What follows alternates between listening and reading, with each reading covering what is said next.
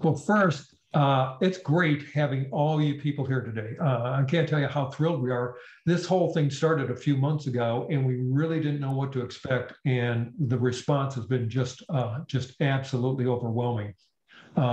Just real quick, I'm Jim Dehner. Klaus, wave your hand and introduce yourself there real quick.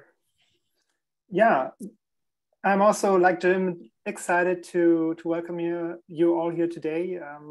Like Jim said, we've been working on this a couple of weeks already to launch this new user group. And we had so many people signed up for this meeting, and we are now at over 600 people already, and that's really amazing. And I'm really looking forward to lead this group and to work with you together and help you on your Tableau journey. Okay. Alyssa, you want to give us some ground rules to live by? Let's do it. Hi, everyone. Thank you so much for joining us today and taking time out of your morning, afternoon, or evening. It's great to see so many of you guys dial in from all around the world. We always love seeing that. My name is Alyssa. I am a community content and event specialist at Tableau. I've been here a little bit over 2 years. A lot of that time has been spent supporting user groups. I'm really just in the background supporting Jim and Klaus, you are in great hands. They are incredible leaders, incredibly knowledgeable about Tableau, but also really, really passionate about helping you guys, helping others, helping the data fam learn Tableau and get involved in the community. So really excited to see where this group goes and to see you guys all hopefully learn something new after today. And then you'll get to hear a little bit more about them in a couple slides. But I get the pleasure of sharing a couple housekeeping things.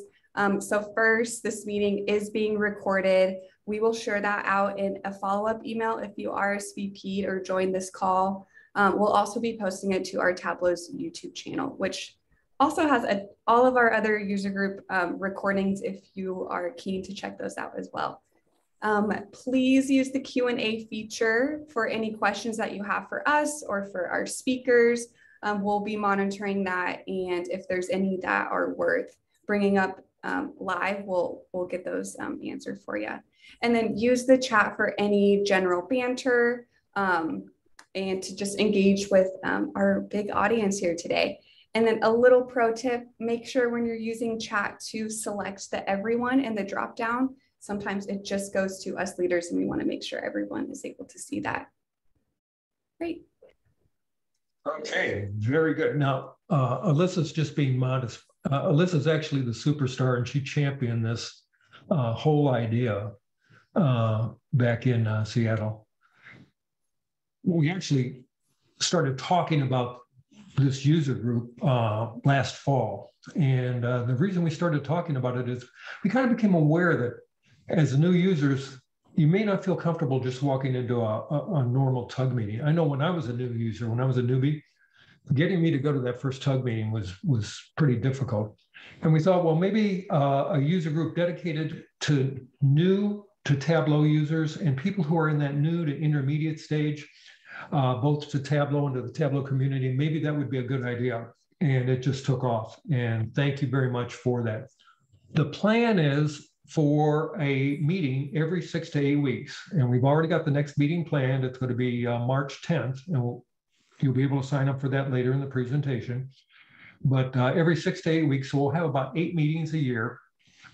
And every meeting will have 2 parts. One part is going to be that, how does that work? And that's where Klaus and I are going to kind of look under the covers. We're going to, we're going to take a look at a Tableau function and or a capability and tell you how Tableau does what it does. Maybe that provides a better understanding. You'll feel more comfortable using Tableau. And then the second feature that will always be there will be a guest speaker from the community. And today we are so pleased to have Sarah Bartlett with us. She's a superstar, and you're going to get to, I hope you really enjoy her. I really like Sarah. She's outstanding. Klaus is driving the bus from Germany, and I'm doing most of the talking from here. Today's agenda, we're going to go through, and first Klaus and I are going to introduce ourselves, give you a little bit about our background, how we came to Tableau, and then we're going to do the how does that work session. And today we're going to talk about connecting data sets. And I don't know about you, but when I was a newbie, coming from an Excel background, the idea of connecting data sets and doing joins and unions, that just totally intimidated me. But Klaus is going to clear that up for us today. And Sarah's going to talk to us about the Tableau community and how you can get involved in some of the opportunities that we've got out there. Then we've got a couple of fun activities. One of them is going to be the escape room that we're going to go out to Tableau Public. And we've got some links there that are going to take you out there. And we're going to have some fun. We're going to have a little contest. And the winner of that contest is going to get a e-learning license for a year. That's a pretty good deal. That's outstanding. And then we're going to actually leave this platform and we're going to go to another platform called Remo. And we'll have links to get you out there also so that we can do some networking, some small group networking. We've got like 670 people out there. It's a little hard to network with 670 people all at once. So we're going to go to a different platform where we can work in smaller groups. Klaus, next slide. Okay. Good. Meet the team. So we introduced ourselves already briefly, and we thought it could be a good idea to map where we come from. And since we all know Tableau has great mapping capabilities, this is of course a Tableau map.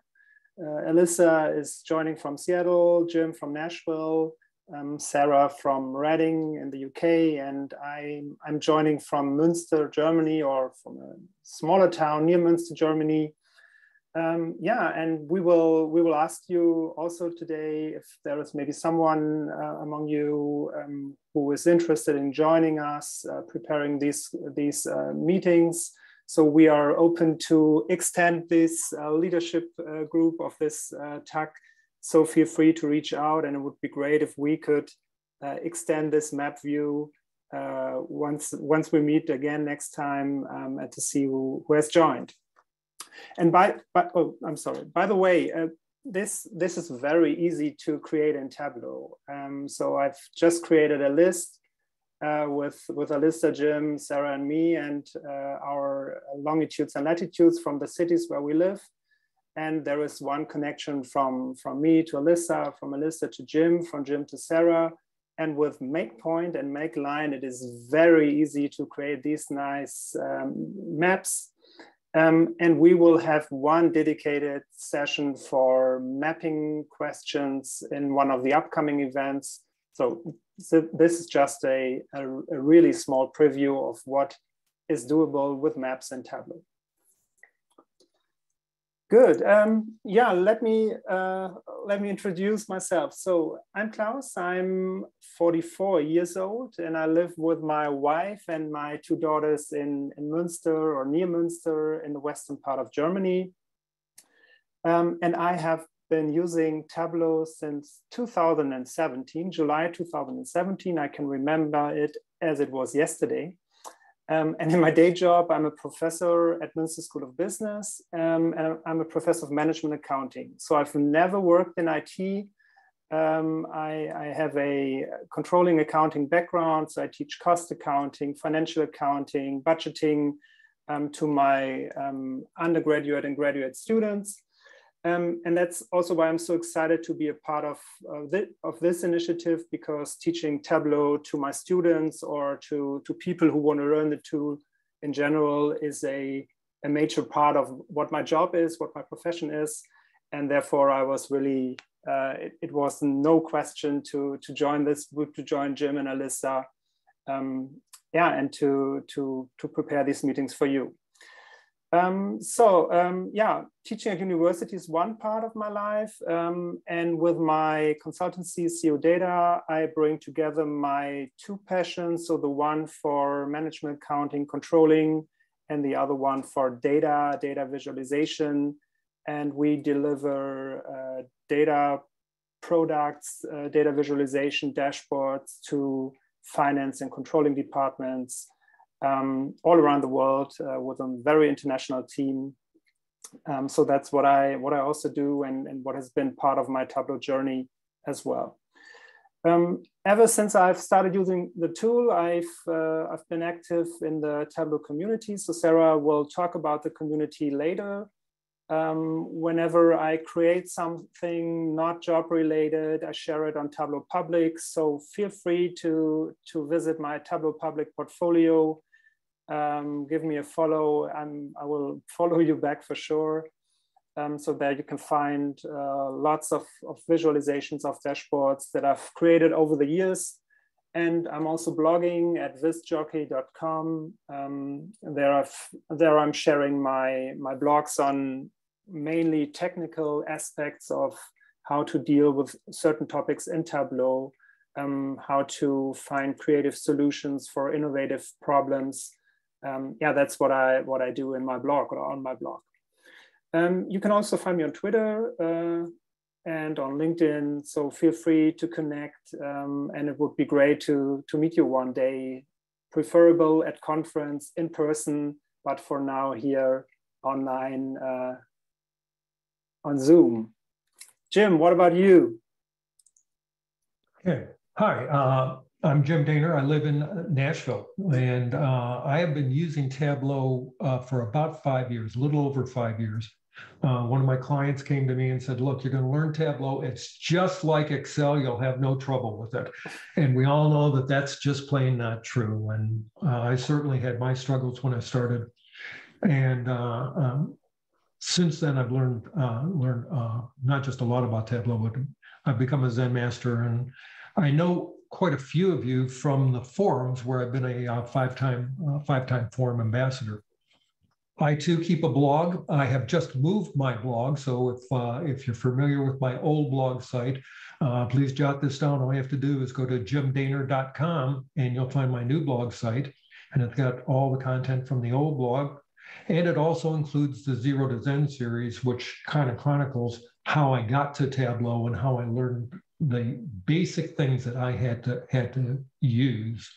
learn to use before I felt comfortable with Tableau. My blog is dedicated to you. It's dedicated to the newbie and to the intermediate user.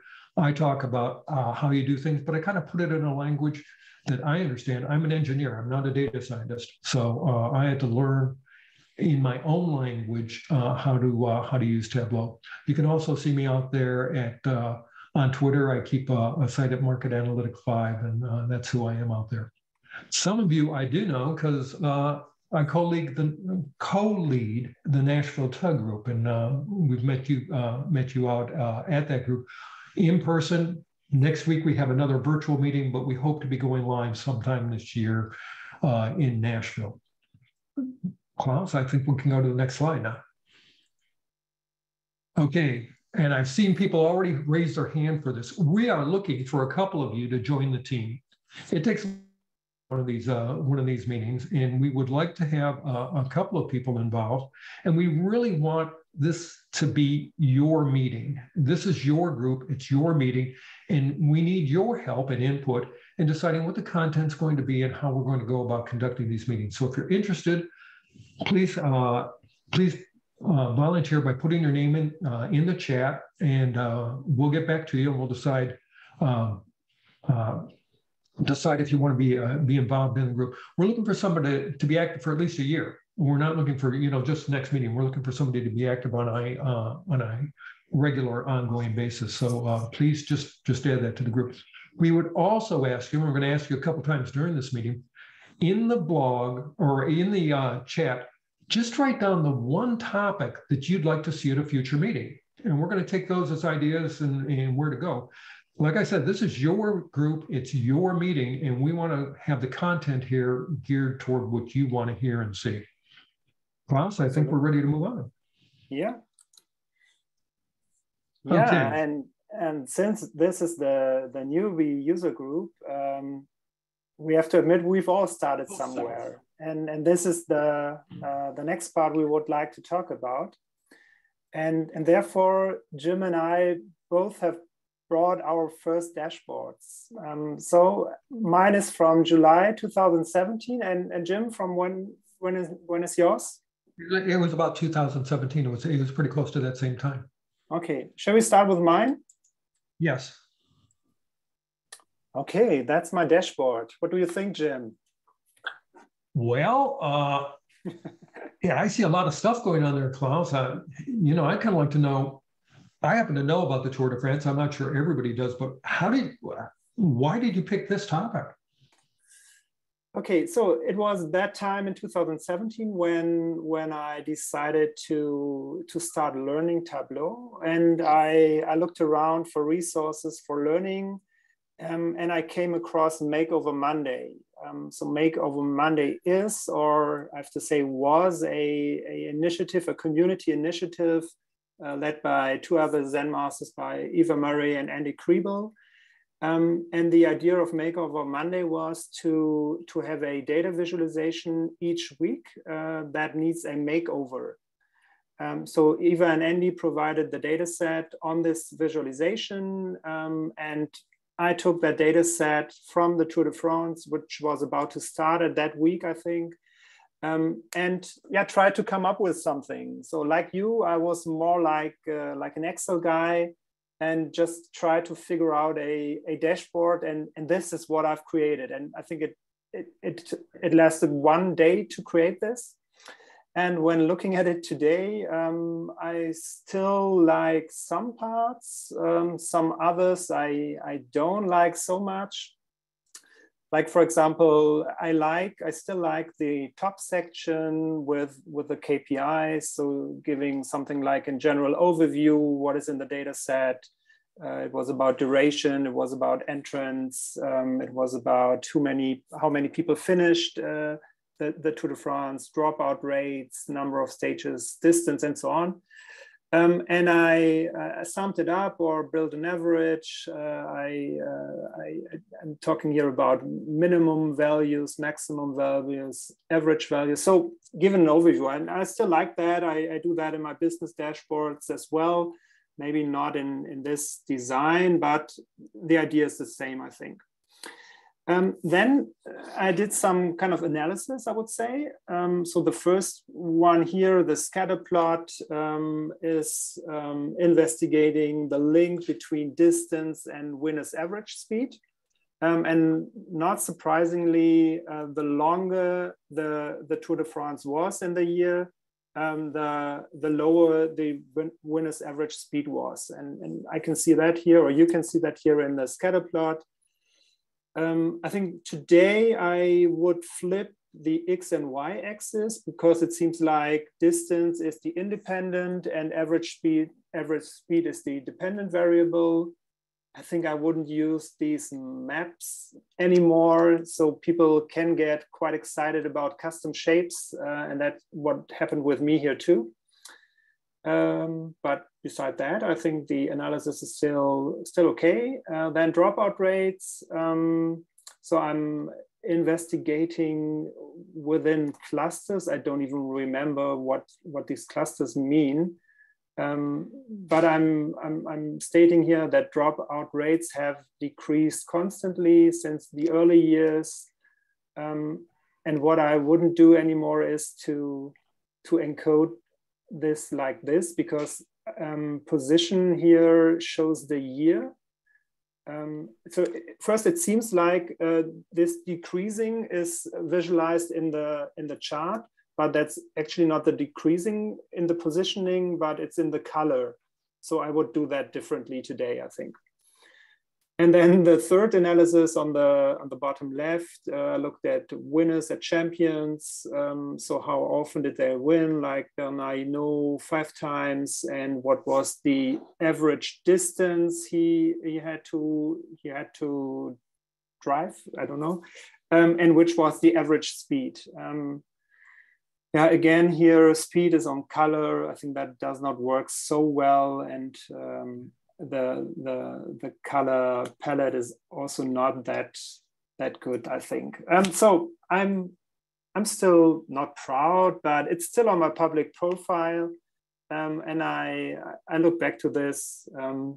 Yeah, so I think we've come a long way since 5 years ago, but it's always good to know where you've started from, and I think I learned 1 or 2 things since then.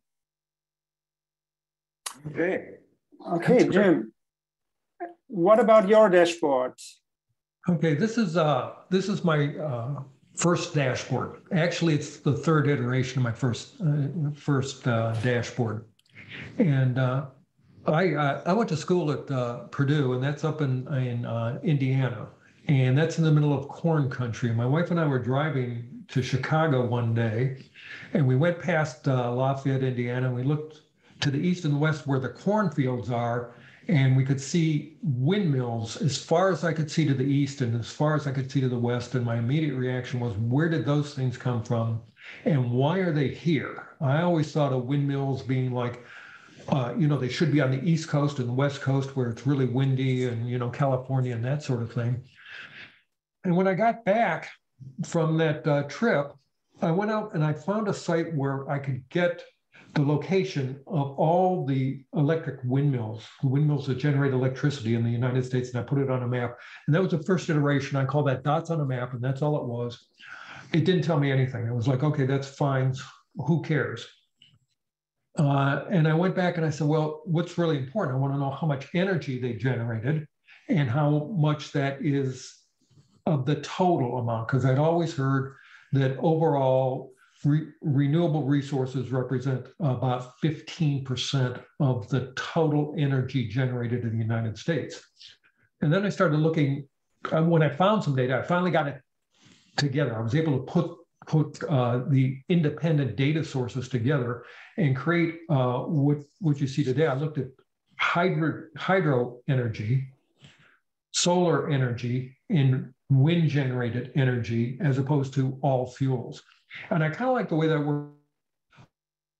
Whole lot of trouble formatting those bands up there and getting them colored properly. It was pretty difficult to do, to be honest with you. The center part of the chart, the area chart, I wanted to show a trend. The idea is it must be growing, so I wanted to see the trend that is growing and which parts are growing. And then the bottom part is just a rank order based on state, because I wanted to look at the state level. Now, over on the left-hand side, you see the map of the United States there, and it's got a little green part on it. That's actually a value picker, and it's used to create a set that drives the rest of the dashboard. So you could come out and Klaus just picked the state of Indiana, where I had been, and you can look at the state or you can look at the region, and you can see how those states rank. I was surprised to find that a whole lot of wind energy is generated in the Midwest. A whole lot of the energy that's generated in the Midwest is from wind power. That just came as a surprise.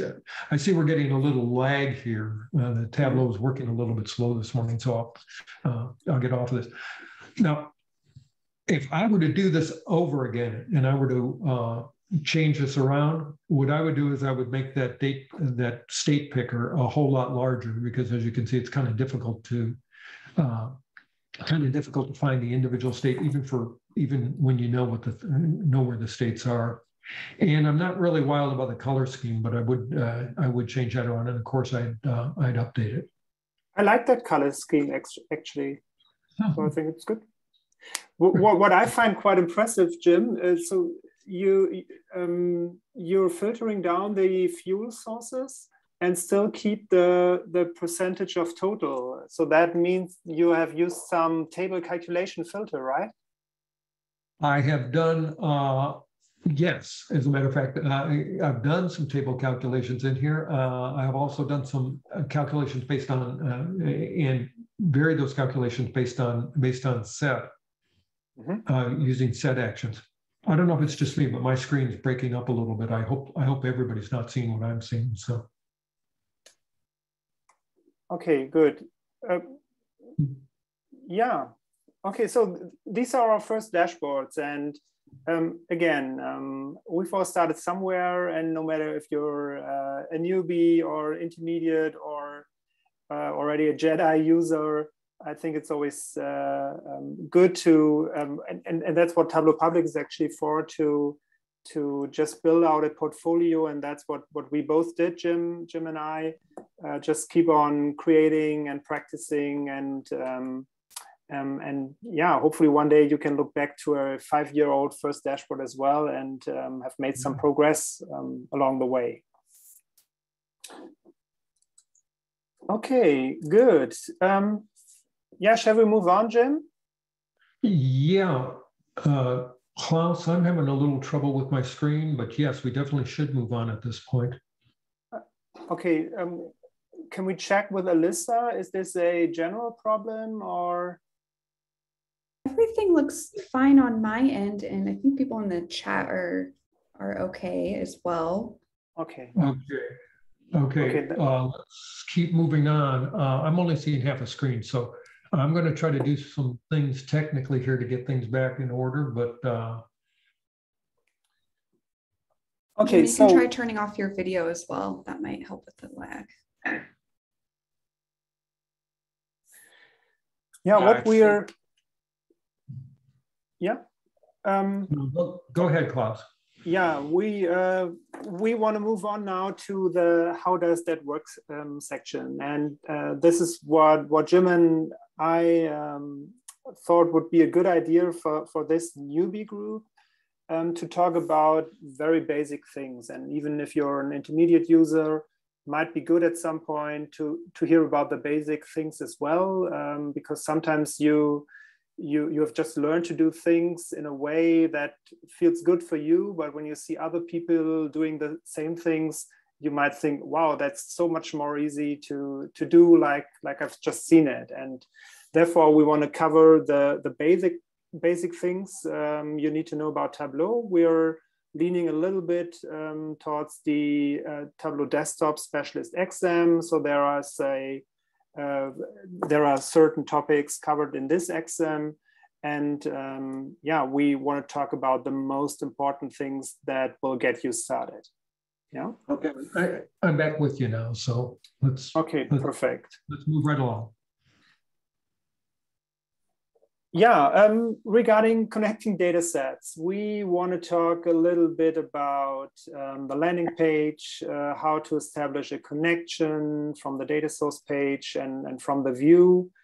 We want to talk about connections and data sources. Then there will be a demo part where we talk about modifying data connections. Jim already mentioned unions, joins, relationship is a term you need to know. Cross-database joins. I think we won't cover cross-database joins today since they are very similar to normal joins. And then finally about live connections and extracts. When do you need when do you need a live connection, and how do you create an extract, and when do you need it? Okay, so I have to turn off my my full screen, and we want to start with a landing page, and therefore I have to open a new okay. So this is what you see when you open up Tableau. And we talk today about connecting data sets because this is obviously the thing you start with. You connect to data. And when you open Tableau, you see this view. We have the connection pane here on the left side. We'll talk about that in a minute. And Jim, interrupt me whenever I talk nonsense, and if you think that you have something to add. Then you have your recently opened workbooks. So I'm obviously in the Tableau Newbies Season 1, Episode 1 workbook right now. I've worked on different things in the past days, on parallel coordinates, on other custom visualizations, a lot of the Ken and Kevin Flerlech stuff. Then you have some sample workbooks here in the bottom part, and the discover area here on the right side with links to resources, to training courses and stuff like this. So then connecting to data. We have basically 3 ways to connect to data. The first one, you can connect to a Tableau server. So if you have a Tableau server in your organization, then probably there will be data sources on your Tableau server as well. You can connect to. I won't do that now, but just hit the Tableau server and then you will see a list of data sources on the server, and you can search for a certain data source and then connect or do a live connection to the published data source.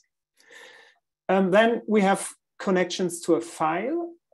So we will connect to an Excel file in a minute. So I won't do that now.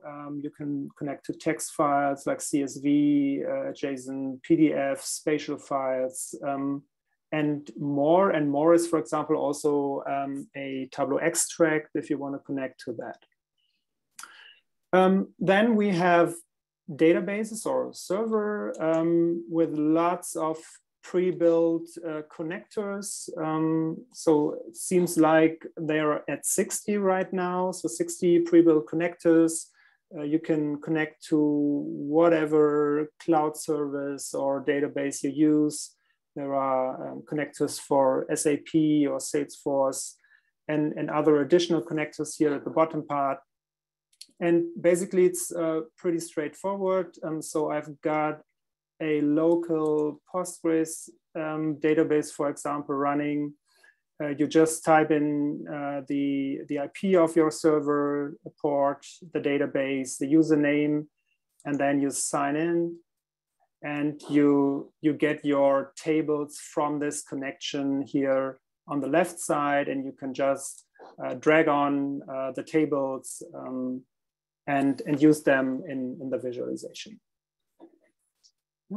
So this way we connect to a server, and then let me close this data source again. And go back. And the fourth one is the save data source. And this can actually be a great time saver. So I'm using the sample superstore, for example, quite frequently. And you can save a data source to this section by here, when you open a connection and then save this data source, add to save data sources. Yeah, then you can save your favorite data source in this part of the connection pane. Okay, so that's the landing page, I think. Jim, do you want to add something? Well, let's go ahead to how the different types of connections work, because I think that's where most people, or at least most people, newbies coming to the group, are faced with. Well, I don't understand the difference between a join and a union, and I don't understand relationships. How do all these things work, and when would I use one versus another one? Yeah, perfect. So let's do that. Let me first switch back to our presentation, because this is what we've prepared beforehand. And I will walk you through an example where we start with a pretty basic table and then use a union to add rows to this table. So a union will make the table taller. Then we will do a join to add further columns to this table. And we will also do a join and a union. So we will make the table taller and wider. Klaus, one of the things that I was faced with as a newbie, and I see it all the time with questions coming in from the forum. People say, well, how do I do a VLOOKUP? They're used to an Excel command. They say, I want to do a VLOOKUP. And a VLOOKUP, as you just pointed out, is just like joining columns to your table. It's extending the width of your table. So that's done with a join. Yeah. Okay.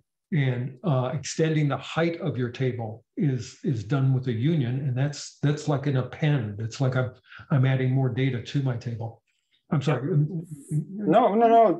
Perfect. Go ahead.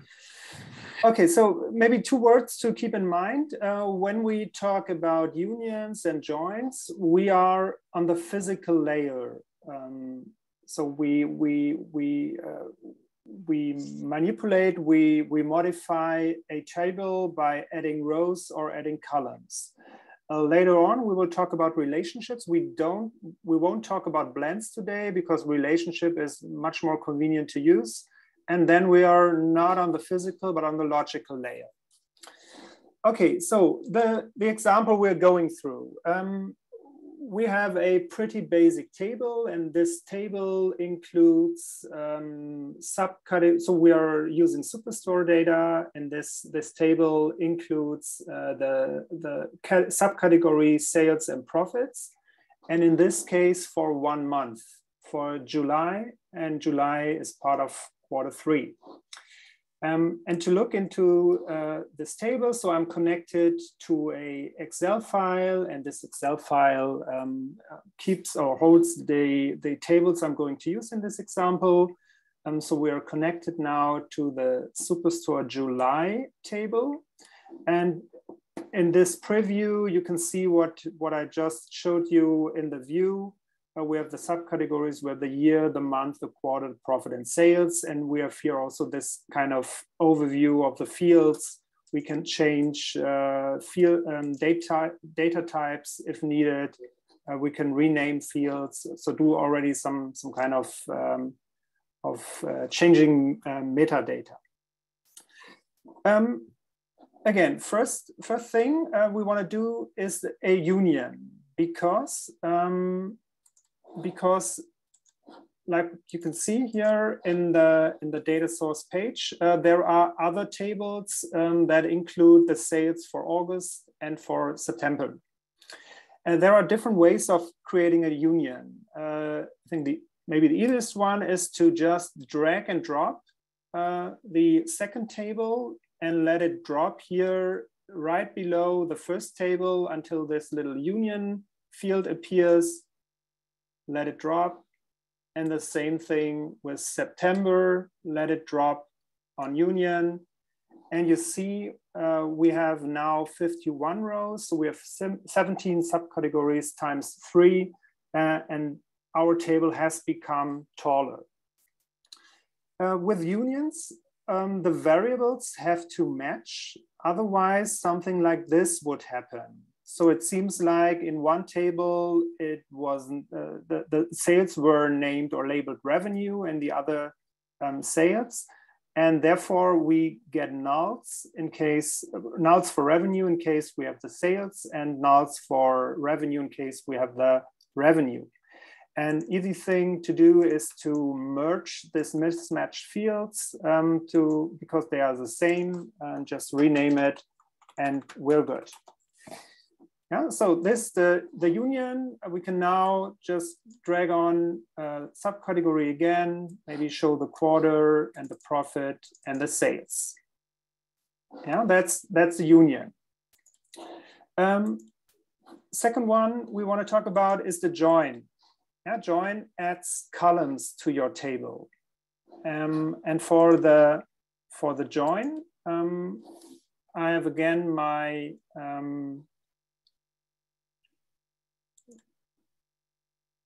for the join, we now need to go to the physical layer. When you're at this stage, then we are on the logical layer. And to get to the physical layer, we have to double click on the logical layer. And I've already joined the table here. I want to show it to you. So to join, double click into the logical layer, and then take a second table to combine those two. And to do a join, we need two things. First, we need a key. In this case, the key is the subcategory because I want to add the categories to my subcategories. And the second thing you need to do is to define the join type. Yeah? By default, it is the inner join. An inner join only keeps the records that has matches on both sides. The left join would keep all records from the left side and add matches from the right side, and so on and so on. Now this way we create a join. And when we have the join, we can now use this column from the second table together with the data from the first table So again, we can have the subcategory profit and sales, and now with the additional context information of the category the subcategories belong to. Okay, good. Then obviously we can combine joins and unions. So again, we need to go to the physical layer. In this case, we already have the union. Yeah, so we can edit the union, and you will see that there are these three tables in it: the August sales, the July, and the September sales. And we can now again do the join on this union table to have again the same key and the same join type, and then have a union and a join. I had this very question like 2 days ago out on the forum where someone was asking, can you do this? You know, how can I take something that I've unioned together and then join another file to it? And they said they were going to be out there listening today, and I hope they're in the audience, because this is how it's done. Yeah. Okay, so these are, again, going back to our presentation, this is what we have done so far. We have taken our table, we have unioned other tables, and we have joined further columns, in this case, the category, and yeah, therefore modified our table. Now the next thing, and we want to talk about, is a very, I think, common challenge in the corporate world. So we have now our sales and profit for the third quarter for our subcategories, and we want to compare it to a budget. And the budget is on category level. So we have furniture, office supplies, and technology. And this is the budget we have. So 70,000, 80,000, 90,000 for sales, and 5, 10, and 15,000 for the profit. And this is the actual data coming from our unioned and joined table. Yeah, so when we sum up the sales from all 3 months and the profits, we are at 66,000 for furniture, for 84,000, and so on and so on. So what we could do now, in this example, we could take our budget and join it to this already unioned and joined data tables. Yeah. So take the budget and then define the key, and the key is the category, and the category on this side. I think we can also add the year and the year, just to add more join clauses, and the quarter and the quarter. Yeah, so this way we combine the budget to our data, and when we look into the preview here, you will probably already get an idea of what is happening here. So the sales data was on subcategory level, the budget data is on category level. And that's why we see we have duplicated data here. So the budget for office supplies, for example, is already in the first 4 lines 3 times, and so on and so on. And that will result when we now add the joint budget data to this table into quite high numbers. And this cannot be right, obviously. Yeah, because of the data duplication, we have the budget several times in our new table. In this case, easy thing to fix it is to use the average instead of the sum for the budget data. And then you remember it from the first table, the numbers are correct again. This is the challenge you have when you join tables of different granularity. the budget data was based on category level, the actual data on subcategory level, and that's why we had this data duplication. Another way to do this is to use the relationship feature. So when we go back to the data source, I will now build a relation between those two tables. And when you build a relation, you will see these noodles. Yeah. So joins are created on the physical layer. Here we are on the logical layer. And by just dropping the table, we can define a relationship between the two tables. And this is again category. On this side, we can add more. Let's also take the quarter, and that should be enough for this example. And the difference between a join and the relationship is that each table stays as it is. So we don't create a new join table, but we have the budget table in this view and the joint and union table from the other table. And when we then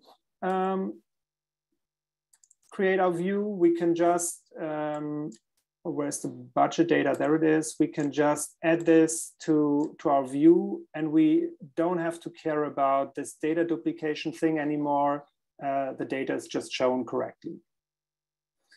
This is really we get a question on this very topic at least 3-4 times a week, where people are trying to blend data or they're trying to join data, and I'm going to call it the new relationship model. The relationship model has been around for about a year, but people aren't comfortable using this yet. So my recommendation to you, to everybody out there, is take a data set and practice it. Do exactly what Klaus has done, and do it a couple times and see for yourself what it does, because it really makes life easier for us. Yeah, absolutely. And I tend to use blends before the relationship model was a thing, and I've never made good experiences with blends. And I think the relationship model is a way smarter way of combining these tables. And I would also recommend to use it and to practice it to combine the information. Okay, well, we've got to get over to Sarah. Yeah, absolutely. Okay, good. Wait a second, I have to sort my. Yeah. Sarah's been very patient. She's been busy though. She's been out in the chat. I can see her out there. Okay. I'm here, Jim. Good. I've been joining your presentation and following along. Oh, you've been busy. Sarah is Sarah's one of my favorite people, and there's a lot of favorite people at Tableau and in the community. But Sarah's one of my favorite people. If you don't know her, if you don't follow her, please go on out and meet Sarah at Sarah Loves Data, and that's also which her blog is titled, so you can find Sarah Loves Data out there really rather easily. She is a Zen master. She's a 2-time Zen master. She's a public ambassador, and she's a superstar spokesman for the community, and that's what she's going to talk about today. Sarah, I'm going to let you go now. Thank you so much, Jim. So I'm actually going to turn my camera off because I'm presenting on a different screen, but just let me share my screen with you. Just make sure that's loading up okay. Let me know if you can see it. Yep, great, thank you. So today I'm going to be talking about the Tableau community and just getting everyone onboarded and helping you understand what the community is all about. And I've seen a lot of questions in the chat around how do I do this, how do I do that? Hopefully I'll cover all those questions in my talk today. First of all, I want to say thank you to Jim and Klaus for inviting me to talk at the Newbies Tug. I'm super excited for this tug, and I'm really excited and honoured to be able to speak at your first event. But let me just go through. So Jim, thank you so much for the introduction. I think you've covered half of what's on this slide already. But just for some background context, I work as a Tableau enablement consultant at Red Hat, and I joined the community back in 2016. Now, I actually started using Tableau about 18 months before I discovered the community, and I was using Tableau in isolation, didn't really know what I was doing, really struggling, and then thankfully stumbled across the community in 2016. My journey is a little bit similar to Klaus, and I think we joined the community around a similar time. So we both discovered Makeover Monday when it just started out. I think that was in 2016, and then started participating, and that's how I met Klaus. And the fun story that Klaus didn't cover, and he knows what I'm going to say, but we actually both participated in IronVis Europe in 2018, and he beat me, but we're still friends, so it's all good. But then I was inspired by that experience to create the IronQuest project. So some of you may be aware of that. I'm not going to go into IronQuest today, but it's just a project that helps you prepare for the IronVis competition, which is currently taking place. So definitely check that out if you haven't already. But in addition to that, I'm also a 2-time Tableau Zen Master. I'm a 4-time Tableau ambassador. So I was a social ambassador. I'm now a public ambassador. And I'm also the co-leader of the London Tableau user group. So if you are based in London, definitely check us out. And I included this picture because I saw that we were holding the Tableau community like balloon thing. So I thought that was really appropriate for this talk. Before I go any further, you may be thinking, you know, I've never heard of this community, or what is this community all about? So let's go right back to the basics and talk about what is the Tableau community. So if you were to think about what the community looks like, this is essentially what the community looks like now. This picture was taken back in 2019, so pre-COVID. Don't worry, we're not doing any kind of meetups like that at the moment, but this was taken in Las Vegas. And at the conference every year, Tableau would, when it was in person, Tableau would get everyone together for a big data fam, like community picture. And now I think if we tried to do this today, we wouldn't all fit in the same screen. The community has just grown so much, it's ever growing. But it's always, you know, nice to be able to do these things. And I look forward to days when we can actually get back together again. But to go into more detail about what the community is, I actually stole this from Mark Bradbourne, who runs the Sons of Hierarchies.com blog and actually works at Tableau now, but was a community member before he joined. But essentially, the community is a global collective of Tableau users and employees who are passionate about data visualization, analytics, and storytelling. And the key part is that we all want to teach, learn, and explore the world of data with each other. So it's at the core of the community, it's all about learning and teaching each other and supporting each other and just helping share those experiences together.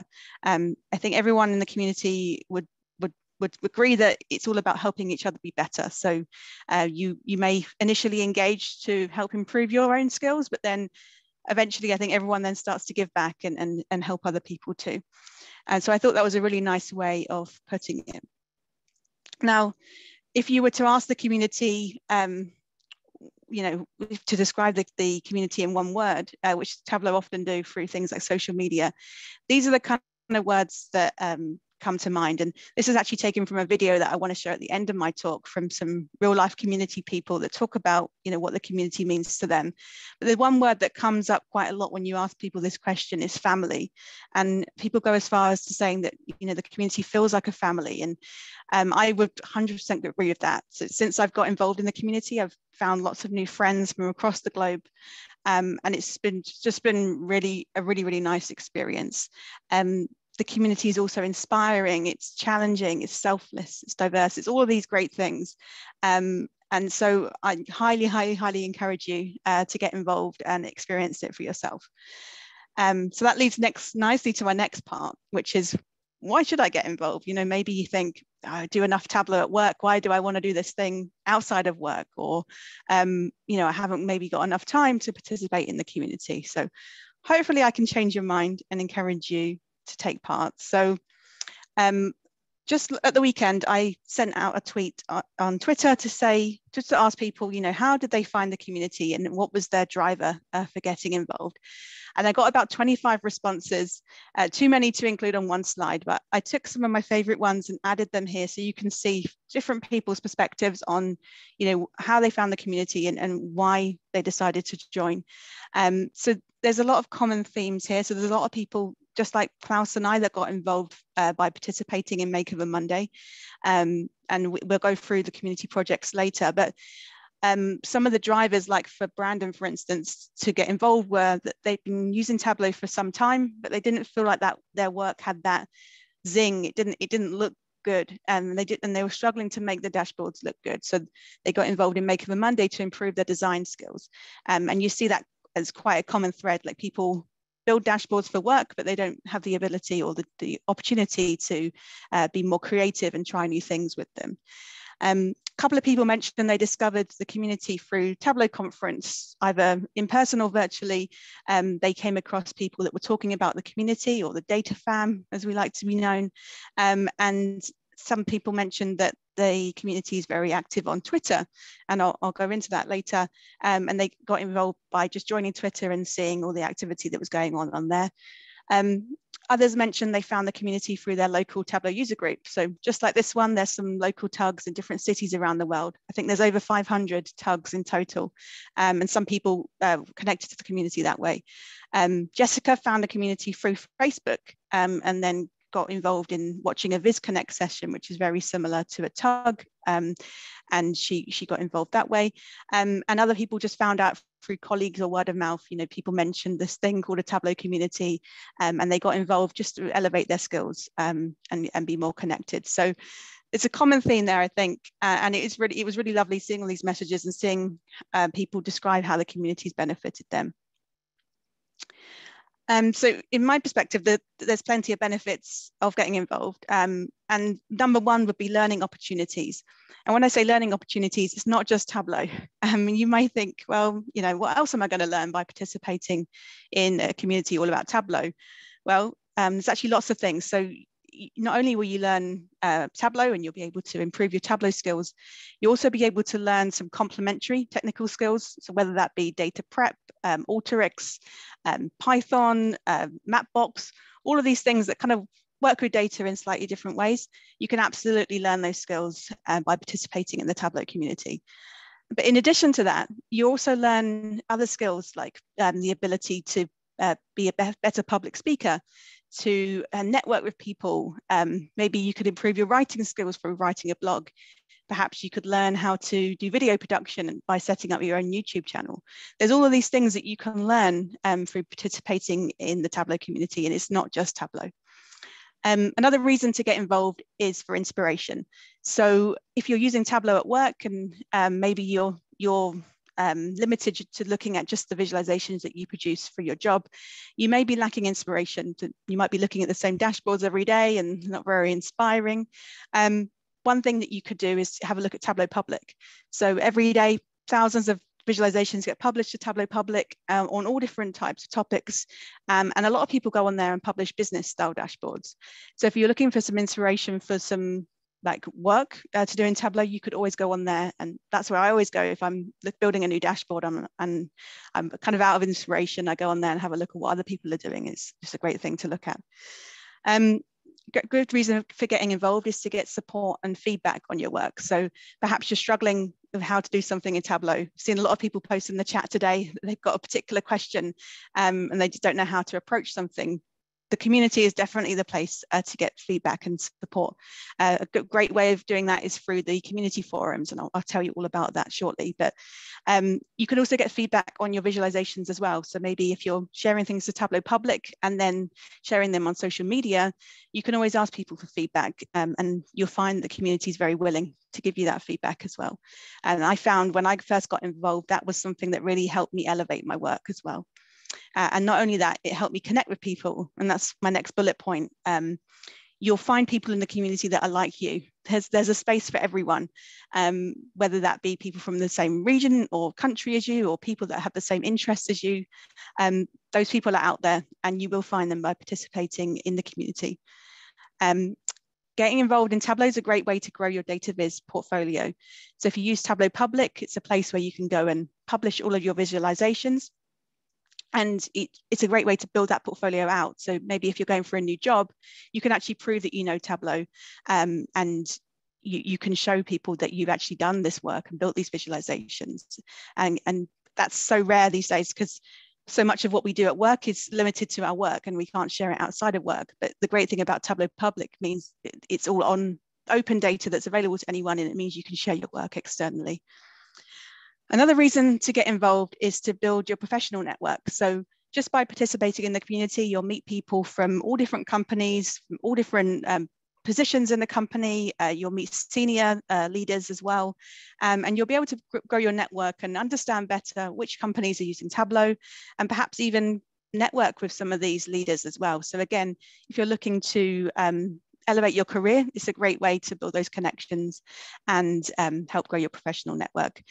And then my last point there is just to gain a sense of belonging. So I mentioned before that when I started using Tableau, I was the only person using it in my company. I didn't really have anyone to turn to support me with my Tableau journey. And I think the community really helps fill that void, and it gives you a sense of belonging to something bigger. And particularly in the last couple of years when everything's been virtual, it's been really nice to have the community there as just to hold everything together and know you've always got a network of people to support you. Okay, so moving on, my next point is participation is key. So I've said all these things and the benefits of getting involved, but to really experience the community to its full potential, you need to actively participate, not just watch from the sidelines. And this is really important. So when I first joined Twitter, and I joined Twitter primarily just to follow the community, I was literally just watching from the sidelines. I was watching people publish visualizations and share them on social media and do all these really cool things. And I was just looking at them thinking, oh, wow, you know, their work's amazing. I could never do this. And I didn't get the full benefit of the community until I actively started engaging. So until I've actively started publishing my own visualizations or talking to people, it was only then that I actually got the real benefit of the community. I think there's so many people out there that do just watch from the sidelines and they're afraid to make that first move, but I would encourage you to do so. Like you'll get so much more benefit once you start taking part and not just watching what other people are doing. Okay, so now you may be wondering, you know, how can I get involved? I'm sold. So plenty of ways to get involved, and again, there's something for everyone. So I'm going to start with community projects. Now, just a quick note about these slides. I've included a QR code on each slide, which takes you out to somewhere relevant. So for the community projects, it will take you to the Tableau community website, which includes links out to all of the community projects. And you can see the URL is on the slide as well. But community projects are often a way that when people first engage with the community, it's often via community project. When I first joined the community, there weren't any community projects, but now the case is very different. I think there's over 20 at last count, and I've tried to include like the logos of all of them on this slide. But community projects are a way for you to practice and use Tableau and help build out your portfolio, like I mentioned. All of the projects are different and they all follow different kind of formats. You have projects that are run on a weekly basis, for instance, like Workout Wednesday, and you also have projects that work over a longer time period, like Iron Quest is a monthly project, for instance. There's projects like Workout Wednesday, which are more focused on building out technical skills. So with Workout Wednesday, they'll provide a completed visualization and you'll be tasked with rebuilding it without looking at the actual workbook and how it was built behind the scenes. So they might give you some requirements that you need to do X, Y, and Z, but it's up to you to actually try and figure out how to do that without looking at the answers, should I say. So it's a really good way to learn techniques that you might not be aware of, or just to improve your skills. Like they focus a lot on things like calculations and table calculations and things like that. So it's a really good way to learn those skills, which you can then apply to different work. I think most of the other community projects are more focused on just practice and also elevating your design skills or just practicing what you love. So there's projects that are more focused on particular subject matters. So there's Project Health Viz, which is a monthly project which focuses on visualizing health data. So if you're interested in that, definitely check that out. With some of these projects, the data sets are provided, and with other projects, it's up to you to find your own data. So there's a balance there. So it depends what you're most comfortable with. Like I said, there's something for everyone. There's Sports Biz Sunday, which is a project where obviously focus on sports. Every month they provide a data set where you can go and visualize something. It will be about a particular sport. but you can also share other sports quizzes. So if you've built a sports quiz on something that's not related to that data set, that's absolutely fine.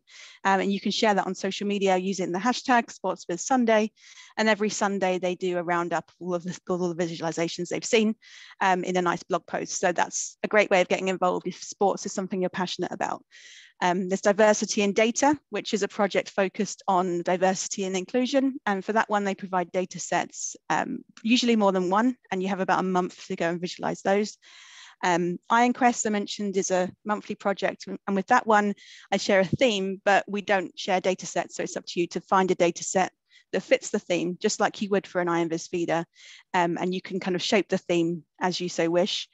And if you're interested in giving back, and just helping do some social good, there's Viz for Social Good, which is a project which focuses on working with non-profits and charitable organizations to help them with a data visualization need. So they run projects. It's not always like monthly, but there's one that's just launched right now helping a charity in Nepal. So definitely check that out if there's something you're interested in. And there's two projects that launched recently. So there's Data Plus Music, which is run by Sean Miller, which is all about visualizing music data. And then there's Games Night Viz, which is a project focusing on visualizing video game data. So if that's something you're interested in, definitely check that out. Now, we've mentioned a lot about Makeover Monday. Makeover Monday was a project that ran on a weekly basis for a couple of years. There's over 300 Makeover Monday data sets available via their website, but Makeover Monday is currently on hiatus, so they're not releasing new data sets every week anymore. But if you do want to go and look at some of the data sets and challenge yourself to visualize them, they're all on the website, so definitely go ahead. And again, don't be afraid to share your work with those hashtags again. And just one final one, Prepping Data is a project, which is a weekly project, which is all based on, you've guessed it, prepping data. So it was initially designed for Tableau Prep, but a lot of people attempt those challenges using other tools. So if that's something you're interested in, definitely check that out.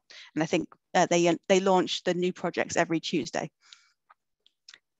So once you've got involved in community projects, you're going to want somewhere to publish your work, and that place would be Tableau Public.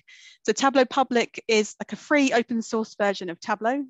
You can go on there, you can set up a profile really easily. As I said, it's 100% free, and it gives you a place to save your work. So once you've finished building a visualization, you can publish your work to Tableau Public. And from there, you can build out a nice portfolio of work. Every day, Tableau runs something called Viz of the Day, which is where they highlight a particular visualization that's maybe it's excelling on good practices, or it's focusing on a particular topic that's quite relevant. But they'll share that visualization through both email, if you sign up to the subscription for Viz of the Day. You also see it featured on the Discover pane on Tableau Public as well. And it's just a nice way of seeing what people are doing and all the great work that's out there. This visualization that you see here on the screen is by Will Sutton, and he actually visualized all of the Viz of the Days, I think, for since 2012 to 2021. But I thought this was a really nice intro to the topic of Tableau Public, and just to show you what can be done in Tableau as well. As I said, with Tableau Public, you do get a portfolio and a page where you can share all of your work. So this is a screenshot of the top of mine. The great thing about Tableau Public is it's almost like a social platform. So you can follow different authors. So you can have a look and perhaps see authors that are doing work, and then you can follow them. So then you'll be able to see their work as they publish new vizzes. You can also favorite vizzes. So if you see anything you like and you kind of want to bookmark it to go back to later, you can do that with the favorite kind of star icon. You can also link out to your social platforms or any blogs that you have through Public if you wish. And most recently, they launched a Hire Me button. So if you are looking for work, perhaps as a freelancer, or you're just looking for a new job using Tableau, you can actually add that Hire Me button, really easily to your portfolio. So if people see your work and they like your work and they want to hire you, they can just click that button and they'll be able to email you and talk about job opportunities. So hopefully, if you haven't got a Tableau Public portfolio, please go and set one up. It's really easy, and I promise you won't regret it. And I wanted to include this, and it's something that I saw from Chris Love. So Chris Love is a Tableau Zen master. And it's a flowchart that asks you, should I publish my viz on Tableau Public? Because I hear a lot of people that are quite hesitant about publishing their work. I was one of those people when I first started out. You know, I was really worried that my work would be judged, or someone would tell me I did it wrong, or you know, I was fearing this imaginary like backlash, and it's all a load of rubbish. I mean, nothing but good things has happened from me publishing work on Tableau Public, and essentially all routes lead to go make a viz with this flowchart, because really that's what you should do. So it doesn't matter if you don't have any data visualization experience. It doesn't matter if you started using Tableau today. Doesn't matter if you don't know anyone in the community, and it definitely doesn't matter if you haven't published a viz before. Just go ahead and build that visualization and publish it. Don't be afraid of anything. It's really, really, really worth your while. I mentioned social media a lot, so I just want to cover this quickly, but you'll find that the community is particularly active on Twitter. So if you want to kind of, well, a lot of people, and I know I personally did this, but I created a Twitter account back in 2016, I think, specifically for Twitter, sorry, specifically for Tableau. I had another Twitter account that I don't really use anymore, but I created one just for Tableau and data viz stuff, and I haven't regretted that decision. So all of my Tableau kind of stuff lives on that Twitter account. And it's been a great way for me to connect with people. I truly don't think I would be where I am today if it wasn't for Twitter, because it's just enabled me to connect with the community. Now, if you do decide to go on Twitter and start using it for Tableau, I would suggest looking for the hashtags DataFam and Tableau, and they should give you a good kind of start, or those hashtags should lead you to people that are talking about Tableau and are sharing their work, and it'll be a good way for you to connect with other authors. You can obviously follow me, so Sarah Loves Data, and you can have a look at some of the people that I follow or who I engage with, and that would be a good way for you to kind of find out who's tweeting about Tableau as well. I know Twitter sometimes gets a bad rep about people, you know, not being very nice, but you literally won't see that in the Tableau community. I think if there's any like bad apples out there, they'll quickly be pushed out. The Tableau community won't allow for that. There's also the community on LinkedIn as well. So obviously it's more of a professional network, but there is a lot of activity that goes on that's Tableau related on LinkedIn. And again, you can use those same hashtags to see who's posting any content about Tableau on there.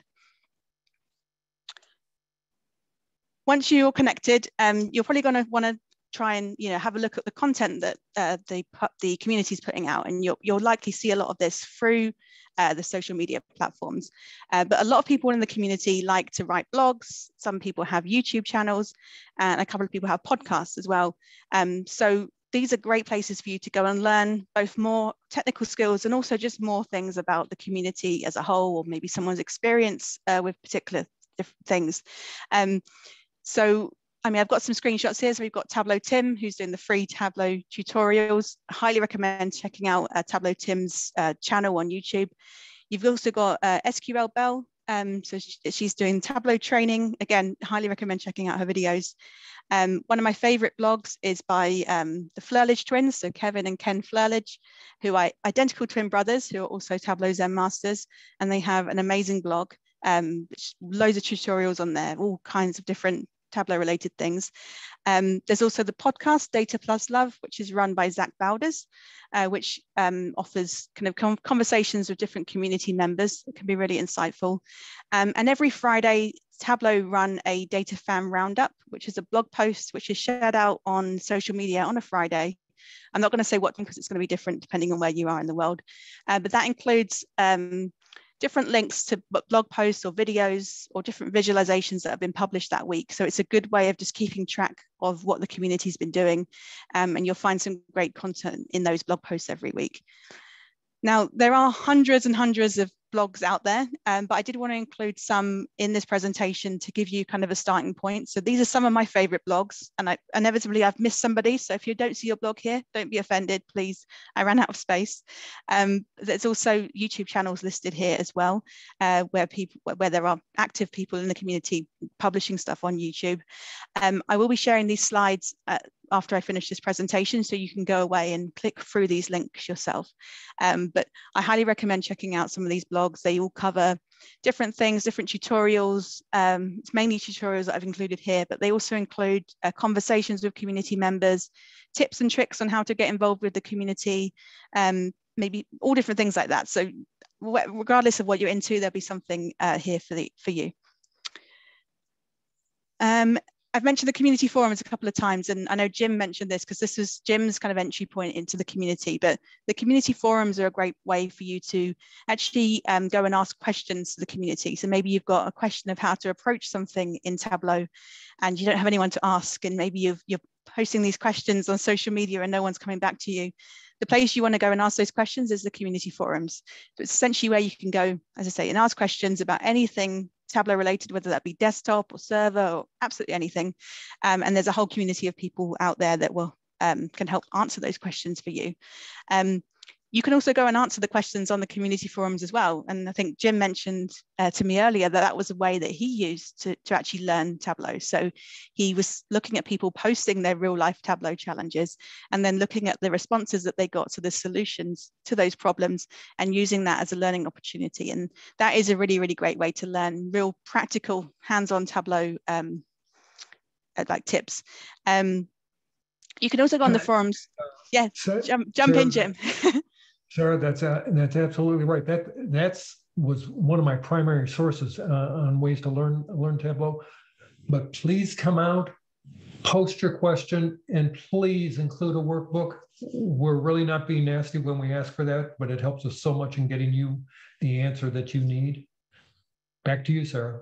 Yeah, absolutely. And I actually have a blog post, Jim, which is all about how to get involved on the Tableau community forums. So if you go on my blog and check that out, it will give you kind of a list of things that you should do to ask a question effectively. So there's certain things like a workbook you should include to improve your chances of actually getting a response. But Jim is super active on the forums. Jim, there's a leaderboard on the forums, and I think, Jim, you're at the top of that leaderboard. If not the top, you're very near the top. Yeah, I'm at the top of the leaderboard. Been there. There you go. Yeah. So yeah, you get points if you answer questions on the forums. And if you go on there and ask a question, I would say there's a high chance that Jim might go along and answer it. So you'll probably find Jim there very quickly. You can also go to the forums to post ideas about the product. So maybe there's something that you really wish Tableau could do.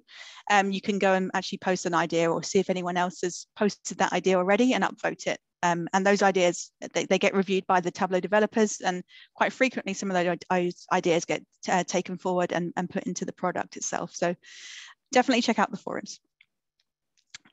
The last way of getting involved I've got listed here, I think, is the Tableau user groups. So well done everyone on coming along today. This is a Tableau user group, so you've attended your first user group already if you're just getting involved. But Tableau user groups operate, well, pre-COVID, you had Tableau user groups that met in person at different locations around the world. Obviously, since we've become more virtual, pretty much all of the Tableau user groups have gone virtual. And that's great because it means that you can attend user groups regardless of where you are all around the world without leaving the comfort of your own home. So if you're interested in finding out what user groups are out there, you can go to usergroups.tableau.com. And you can search by location, but there are some user groups as well that are either special interest or they're just global kind of virtual user groups that are run. So user groups like the Analytics Tug are really popular. So they meet quite frequently, I think once a month, to talk about all things analytics. So there'll be lots of talks at those tugs about how to approach different things in Tableau, and you'll learn a lot from attending those. But at the more regional tugs, they generally have guest speakers. So you might come across people that do a lot of blogging or visualizations, and they'll be sharing tips and tricks and different things about how to get involved in Tableau and improve your skills. Tableau user groups are a great way to meet new people, especially if you're interested in meeting people that are local to you as well. But they are truly a great way of getting involved. So I definitely recommend checking that out and trying to attend some user groups in the near future. So my top tips for getting involved in the community are, don't try and participate in everything. So I recognize I've shared a lot of things today. I've told you about projects, the forums, like all these great things. But if you go and try and participate in everything, you'll quickly fail and you'll feel disheartened. So I know it's tempting, I know it's exciting, but just try and pick a few things that you think that will be most beneficial, or things that you'll be most interested in participating in, and do those. Don't try and do everything all at once. You could set yourself mini goals. So maybe you want to participate in one weekly project and then a monthly project in 1 month. And that will be perfectly fine. No one's expecting you to go and participate in every single community project that is out there. I've tried doing this, quickly failed, and I don't recommend it. I would say definitely challenge yourself to experiment with new techniques and apply what you learn. So you may read a lot of things through blog posts or see people publish YouTube videos about different techniques. I would say as soon as you've read a blog post or seen someone do that, try and apply that in your own work. So you could use the community projects for that. So you could actually go and find a data set for a community project and try and apply that new technique. So perhaps you learned how to build a new chart. So you could try and build that chart if you found a data set that would work with that kind of chart type.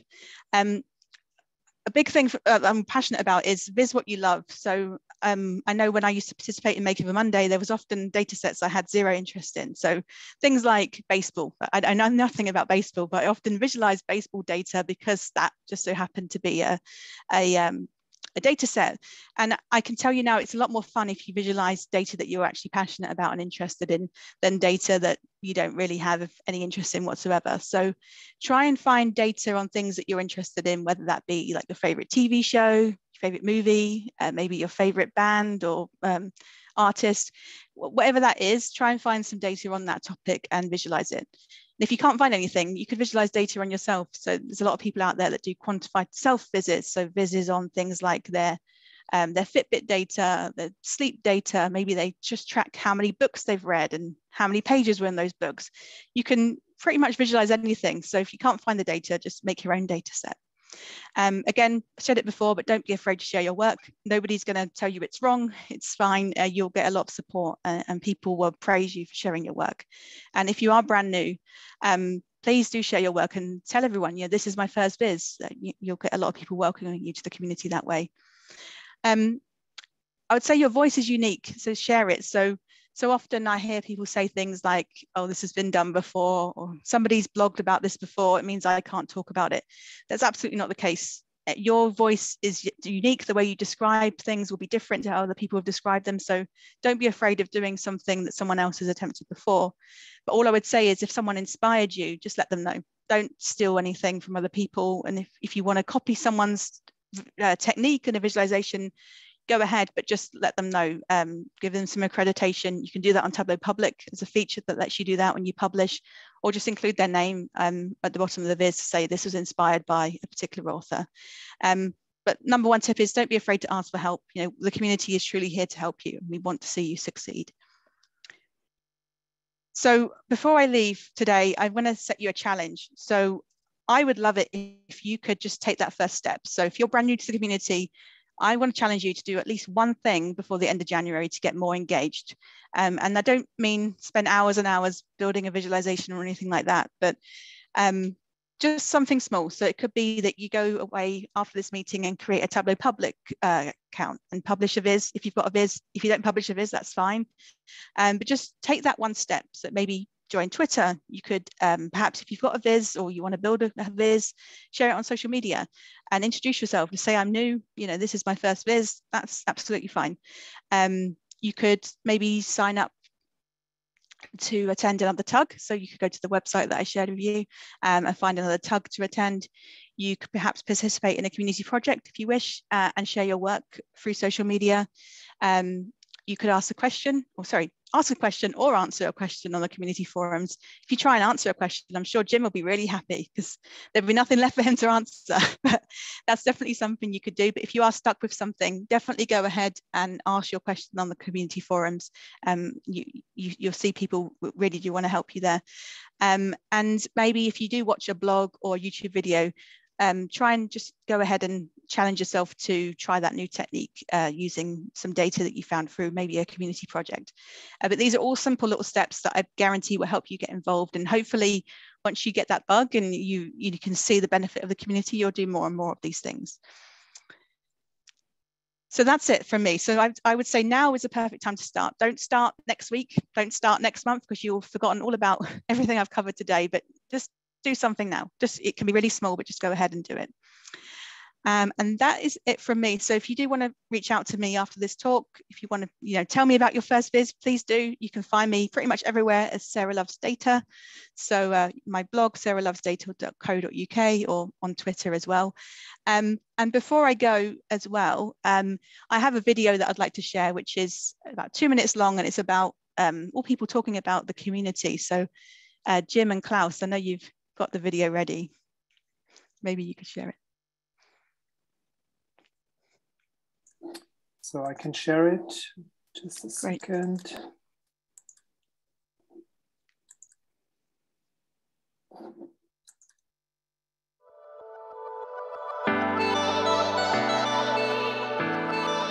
I don't know other community that is so extending, so sharing, so caring than Tableau. It was amazing to find out that there are so many people all over the world that have the same passions as I do. I just kind of really fell in love with the community, the support around it. The one word that I would use to describe the Tableau community is family. Selfless. Inspiring. Passionate. Accessible. Friend. Diverse. Inclusive. Challenging. Sharing. Amazing. It's the place where you go to find inspiration. You got your Jonathan Drummies. Rosario Gaona, that is excellent Tableau Zen master. She has a blog in 2 languages, in English and Spanish. Kevin Flerlich, his Lorax dashboard and an arachnophobia dashboard, stuff that really just popped. Definitely Andy Krill. I think it's incredible. Jeffrey Schaefer's blog, he offers different ways of creating one visualization. The song that comes to mind when I think of the Tableau user community is Blitzkrieg Bop. A song that reminds me of Tableau communities. We're all in this together. In Your Arms by Elenium. Some of the themes I had were going nonstop. Like there's always somebody in the community putting out more content, sharing more information. So Metallica's Feel. I mean, it really is kind of a rock and roll culture within, kind of the data fam. Being a Tableau developer ambassador is hopefully an opportunity to give back what I was able to learn from the community. I'm the first African Zen master. There's a responsibility on me, right, to help other people, right, to show them what is possible. We all want to share ideas, get to know each other, and network more. Once you really sort of start giving back, it sort of pays itself forward in tenfold. The Tableau community is my second family. Tableau Public has impacted me personally because it was why I created my own nonprofit organization called Millennials in Data. I wanted to give this same skill set to students who were in college who just have not heard of Tableau. I mean, the Tableau community is everything. I don't think that I would have made this progress without being in the community and accessing the community. Whenever I feel very demoralized or discouraged, I can just look to anyone within the communities. That's what makes Tableau unique. That is the Tableau community.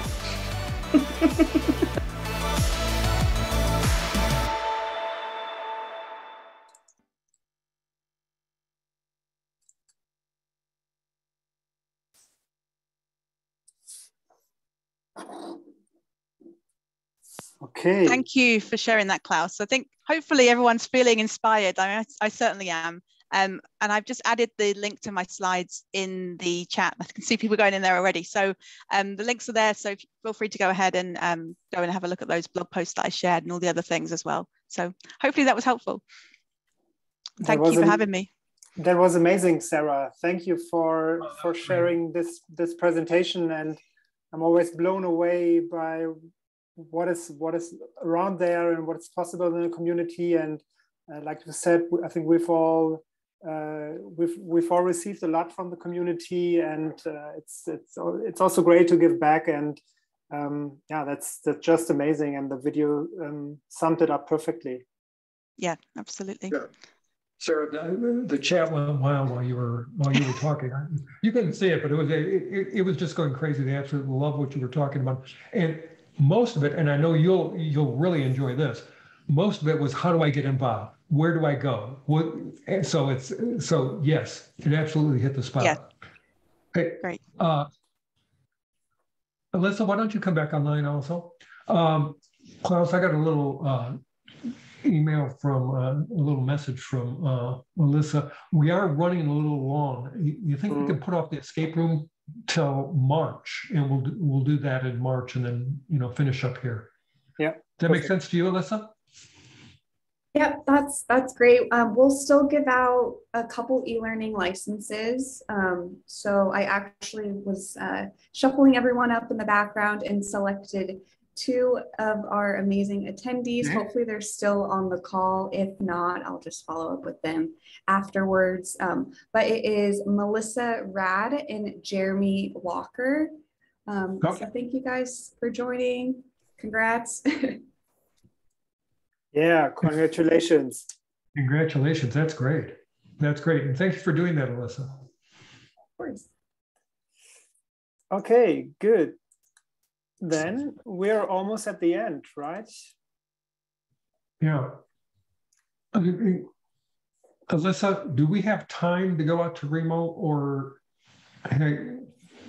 So it's completely optional. I will go ahead and hop in there if anyone wants to join. We'll leave it open for the next half hour or so. And yeah, completely optional. We have the link in the next slide, but really quickly, I know Jim mentioned earlier, we have our next meeting scheduled for March 10th.